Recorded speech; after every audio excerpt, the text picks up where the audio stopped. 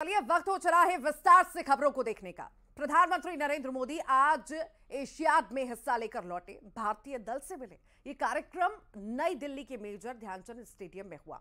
खिलाड़ियों को संबोधित करते हुए मोदी ने कहा, अब आपकी ये भी जिम्मेदारी है कि रास्ता भटक चुके युवाओं को नशे के रास्ते पर जाने से रोकें। अपने देश का सर गर्व से ऊंचा किया है। कार्यक्रम में एशियन गेम्स के लिए भारतीय एथलीट, कोच, भारतीय ओलंपिक संघ के अधिकारी, नेशनल स्पोर्ट्स फेडरेशन के प्रतिनिधियों के साथ खेल मंत्रालय के अधिकारी भी मौजूद थे। भारतीय दल में 655 खिलाड़ी थे। चीन में हुए इन गेम्स में भारत ने 107 मेडल जीते। इससे पहले सबसे ज्यादा मेडल भारत ने 2018 एशियाड में जीते थे, तब हमारी मेडल टैली 70 थी।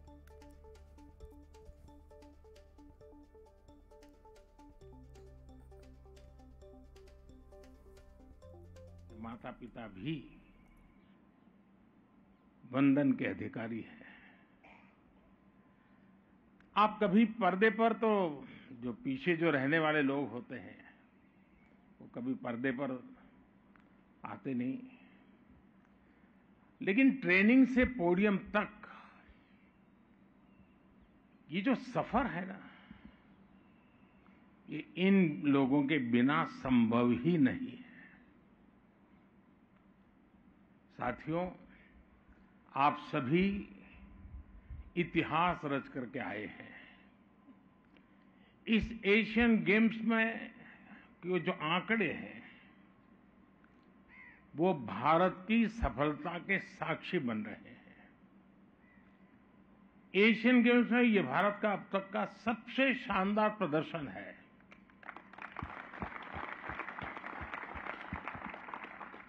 और व्यक्तिगत रूप से मुझे इस बात के लिए संतोष है कि हम सही दिशा में जा रहे हैं।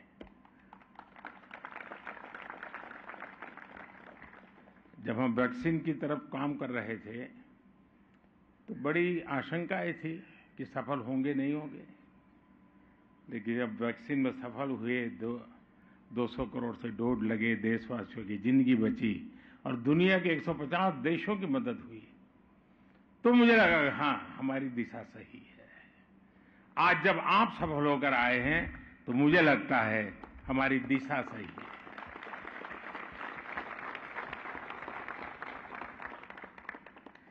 विदेशी धरती पर एथलेटिक्स में सबसे ज्यादा मेडल भारत ने इस बार जीता है। शूटिंग में हाईएस्ट एवर मेडल, आर्चरी में हाईएस्ट एवर मेडल, स्क्वैश में हाईएस्ट एवर मेडल, रोविंग में highest ever medal, female boxing में highest ever medal, women cricket में पहली बार गोल्ड मेडल, मेल क्रिकेट में पहली बार gold medal, squash mixed doubles में पहली बार गोल्ड मेडल। आप लोगों ने गोल्ड मेडल्स की जड़ी लगा दी।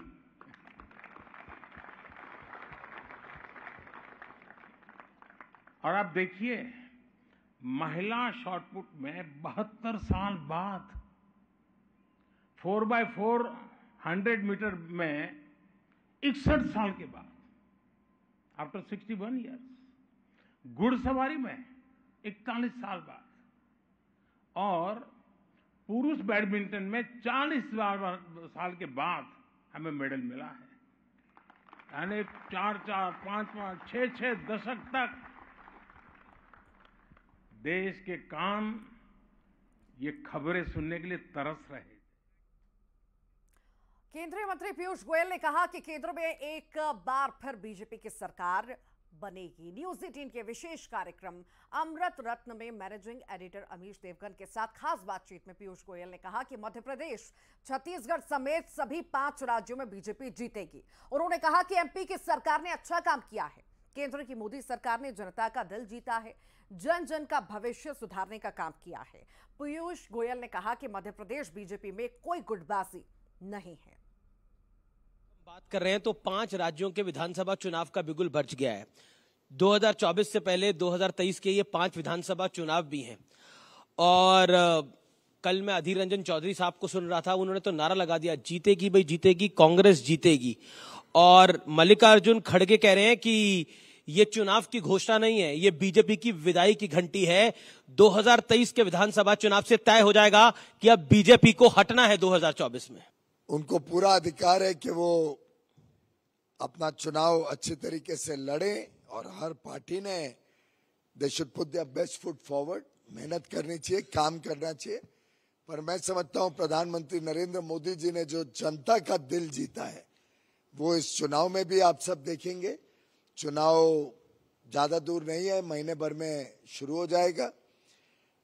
हमें पूरा विश्वास है कि जिस प्रकार से मध्य प्रदेश में एक अच्छी सरकार चली है, केंद्र में जिस प्रकार से सरकार ने जन जन का भविष्य सुधारने का काम किया है, जी, युवा युवतियों को एक उज्जवल भविष्य के लिए तैयार किया है। 5 राज्यों में चुनाव है और आपने बोला कांग्रेस में गुटबाजी है। गुटबाजी तो भारतीय जनता पार्टी में भी है। कुछ कुछ राज्यों में कई सारे आरोप लगते हैं। अब राजस्थान की बात कर ले तो वहां पे भी 2-3 गुट हैं। मध्य प्रदेश में भी, हमारे यहाँ कोई गुट नहीं है। हमारे यहाँ हम सब कार्यकर्ता की भूमिका मध्य प्रदेश में भी 2-3 गुट है। मध्य प्रदेश में भी कोई गुट नहीं है। राजस्थान हो, मध्य प्रदेश हो, छत्तीसगढ़ हो, भारत का कोई इलाका हो, ये पार्टी तुष्टीकरण, परिवारवाद और भ्रष्टाचार के खिलाफ मोर्चा लेके खड़ी हुई है। हमारी पार्टी है जिसमें उच्च से उच्च नेता हो या एक सामान्य कार्यकर्ता अभी अभी पढ़ाई खत्म करके काम में आया हो और भाजपा में जुड़कर एक कार्यकर्ता की भूमिका करे, जी, जैसे मैंने आज से लगभग 40 साल पहले किया था। मैं समझता हूं इस पार्टी में हर एक व्यक्ति एक कार्यकर्ता की तरह काम करता है और जीवन भर समर्पित रहता है एक नारे के साथ कि देश प्रथम, पार्टी दूसरी और स्वयं आखिरी। चुनाव की तारीखों के ऐलान के साथ ही नेता नए नए मुद्दों के साथ मैदान में आ रहे हैं। बीजेपी को घेरने के लिए कांग्रेस एक अनोखा मुद्दा लेकर आई है। कांग्रेस ने बीजेपी की सूची जारी करने की टाइमिंग पर सवाल उठाए हैं। देखिए, Madhya Pradesh, this coincides with the second phase of Chhattisgarh, and date of poll would be 7th November.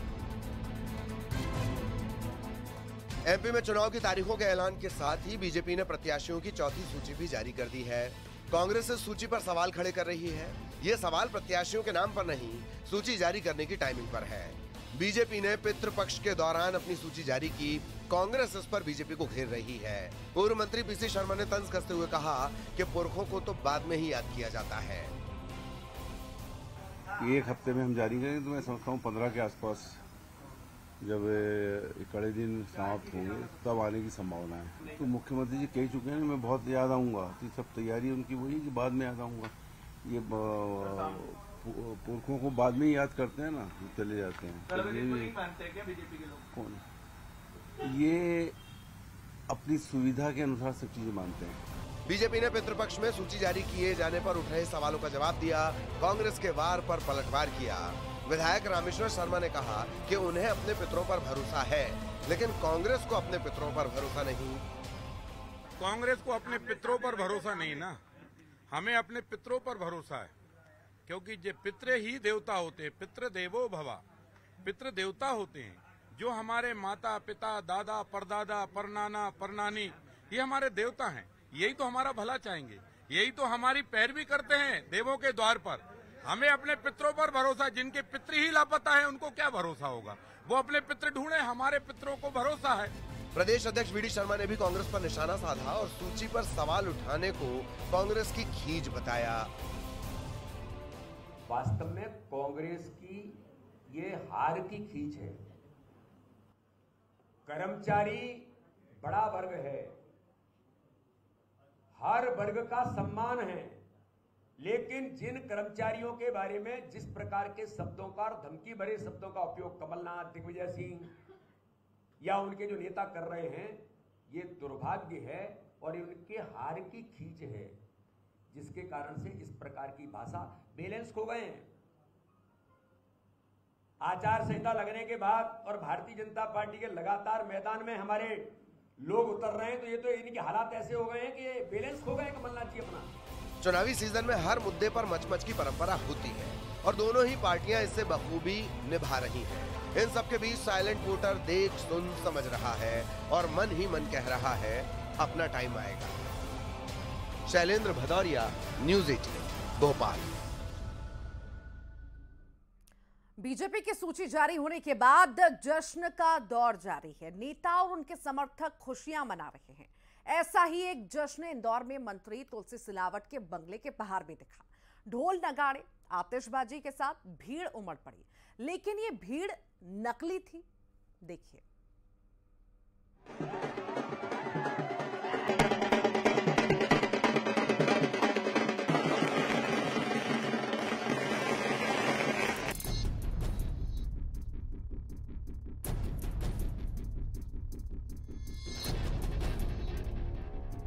ढोल नगाड़े आतिशबाजी जश्न का पूरा माहौल है।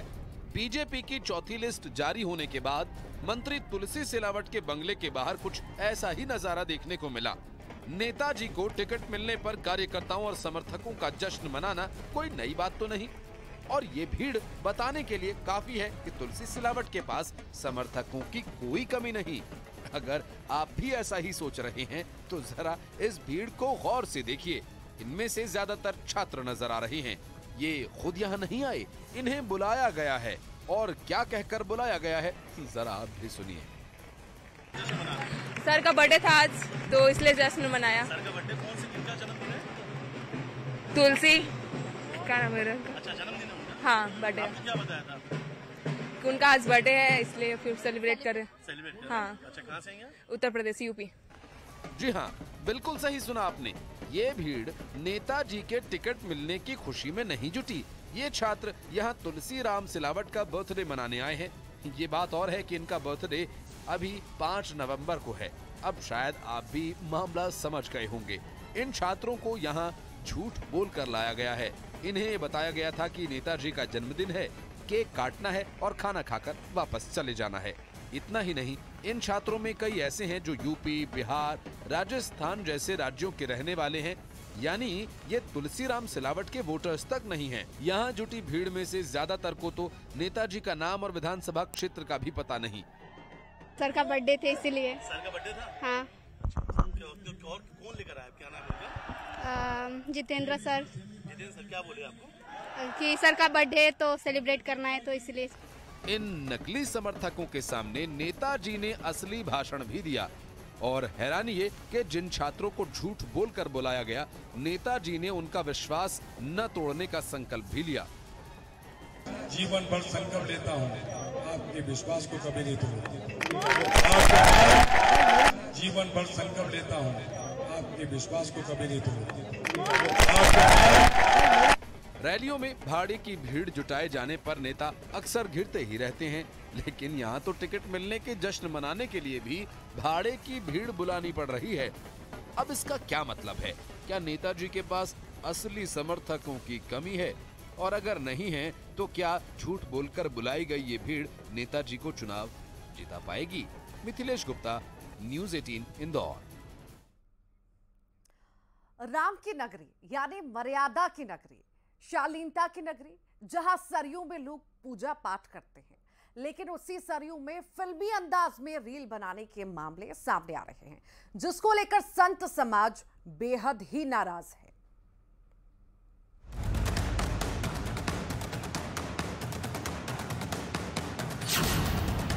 राम की पैड़ी में ऐसी रील,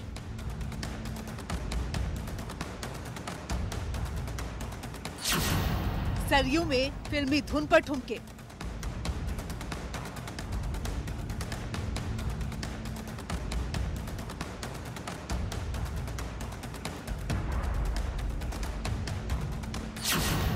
राम की नगरी में रील का बेशरम रंग। धर्म की नगरी अयोध्या में एक बार फिर बेहद आपत्तिजनक रील बनाने का मामला सामने आया है। ये वीडियो सोशल मीडिया में जमकर वायरल हो रहा है। देखिए, इस वीडियो में एक महिला फिल्मी गाने की धुन पर डांस कर रही है।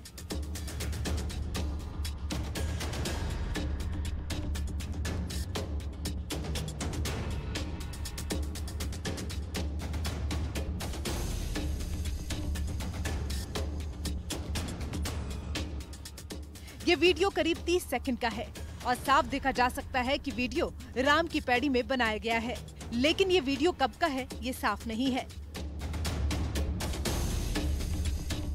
जिस अंदाज में ये महिला डांस कर रही है वो डांस करने में एक्सपर्ट दिखाई दे रही है। गौर करने वाली बात ये भी है कि रात के वक्त ये वीडियो बनाया गया है। वीडियो में और कोई दिखाई नहीं दे रहा, यानी कि महिला और वीडियो बनाने वाले यहाँ पर अकेले थे। कुछ दिनों पहले भी राम की पैड़ी में ऐसा ही मामला सामने आया था। एक लड़की राम की पैड़ी पर पानी में आग लगाने वाले गाने पर डांस करती हुई दिखाई दी थी। सोशल मीडिया में ये वीडियो भी जमकर वायरल हुआ था। ये वीडियो तो दिन में बनाया गया था, कई लोग बैकग्राउंड में भी उसे देख रहे हैं। लड़की डांस के अलग अलग मूव्स कर रही है।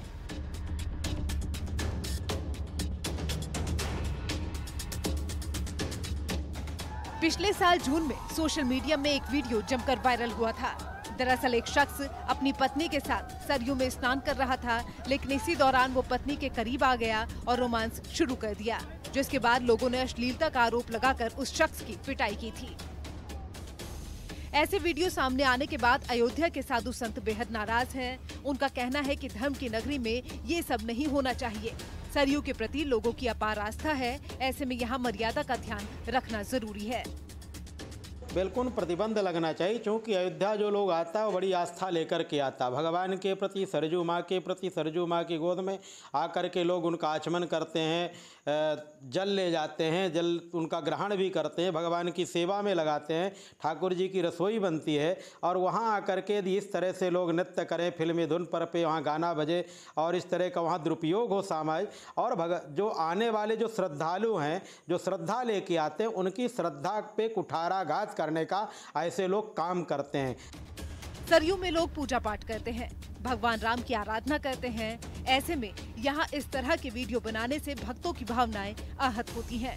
लिहाजा लोगों का कहना है कि सरयू में रील बनाने पर रोक लगनी चाहिए और पुलिस को यहाँ वीडियो बनाने वालों पर सख्त एक्शन करना चाहिए।